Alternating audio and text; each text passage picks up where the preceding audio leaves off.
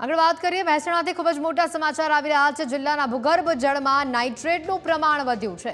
ગ્રામ્ય વિસ્તારોમાં ભૂગર્ભ જળની સ્થિતિ ખૂબ જ ખરાબ હોવાની વાત સામે આવી છે। 15 પેરામીટરમાં ભૂગર્ભ જળના મોટા ભાગના સેમ્પલ અનફિટ હોવાનું સામે આવ્યું છે। 3 મહિનામાં લેવાયેલા સેમ્પલનું આ ચોંકાવનારું પરિણામ સામે આવ્યું છે। જાન્યુઆરી મહિનામાં ભૂગર્ભ જળના કુલ 32 જેટલા સેમ્પલ લેવામાં આવ્યા હતા। તમામ અનફિટ જાહેર થયા છે। ફેબ્રુઆરી મહિનામાં ભૂગર્ભ જળના 33 સેમ્પલ લેવામાં આવ્યા હતા અને માર્ચ મહિનામાં 32 જેટલા સેમ્પલ લેવામાં આવ્યા હતા। પાણીમાં નાઇટ્રેટનું પ્રમાણ 121 સુધી જોવા મળ્યું છે। 45 થી વધારે નાઇટ્રેટ ધરાવતું પાણી પીવા માટે અનફિટ હોય છે। 15 પેરામીટર અંતર્ગત પાણીનું પરીક્ષણ કરવામાં આવતું હોય છે। હવે આપણે એ પણ જણાવી દઈએ કેટલા સેમ્પલ છે તે લેવામાં આવ્યા। જળ એ જીવન છે।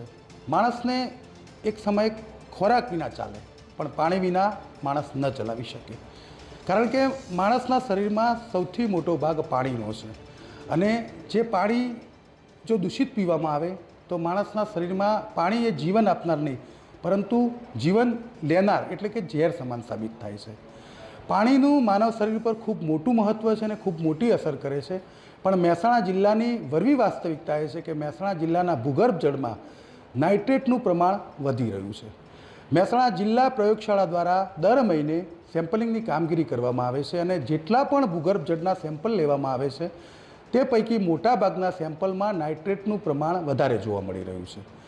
સામાન્ય નિયમ મુજબ 45થી વધારે નાઇટ્રેટનું પ્રમાણ ધરાવતું પાણી પીવા માટે ઉપયોગમાં ન લઈ શકાય, પણ મહેસાણા જિલ્લાના જેટલા પણ ભૂગર્ભ જળના સ્ત્રોત છે એટલે કે ટ્યુબવેલ મારફતે જે પીવાનું પાણી મેળવવામાં આવે છે આ પાણીમાં નાઇટ્રેટનું પ્રમાણ ખૂબ વધારે જોવા મળ્યું છે અને 121 સુધી તેનું મહત્તમ પ્રમાણ જોવા મળ્યું છે। 45થી વધારે પ્રમાણ ધરાવતું પાણી પીવા માટે યોગ્ય નથી।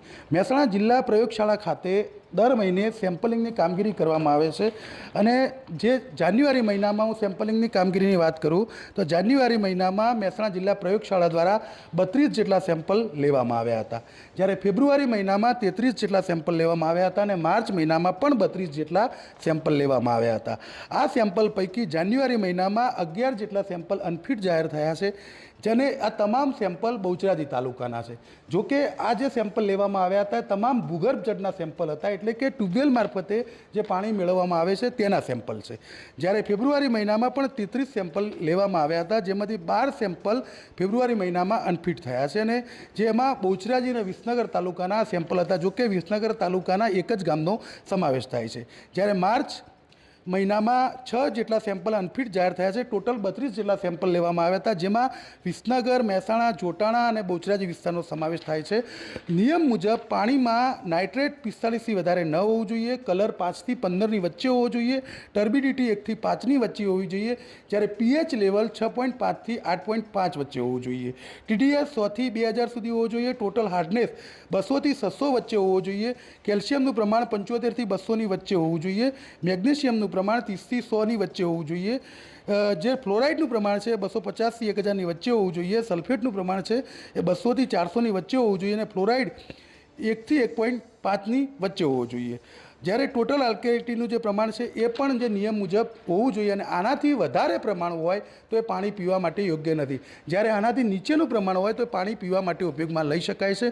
મહેસાણા જિલ્લા પ્રયોગશાળા ખાતે આ પ્રકારે દર મહિને સેમ્પલિંગ કરવામાં આવે છે અને સેમ્પલિંગ બાદ તેમાં કેટલા પ્રમાણમાં નાઇટ્રેટનું પ્રમાણ છે, કેટલા પ્રમાણમાં કલરનું પ્રમાણ છે અને કેટલા પ્રમાણમાં ટર્બિડિટી છે, કેટલા પ્રમાણમાં ફ્લોરાઇડનું પ્રમાણ છે તેનું માપણી કરવામાં આવે છે।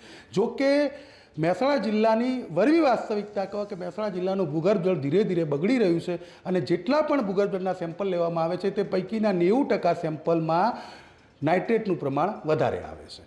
Kamlesh Raval, news capital, Mehsana.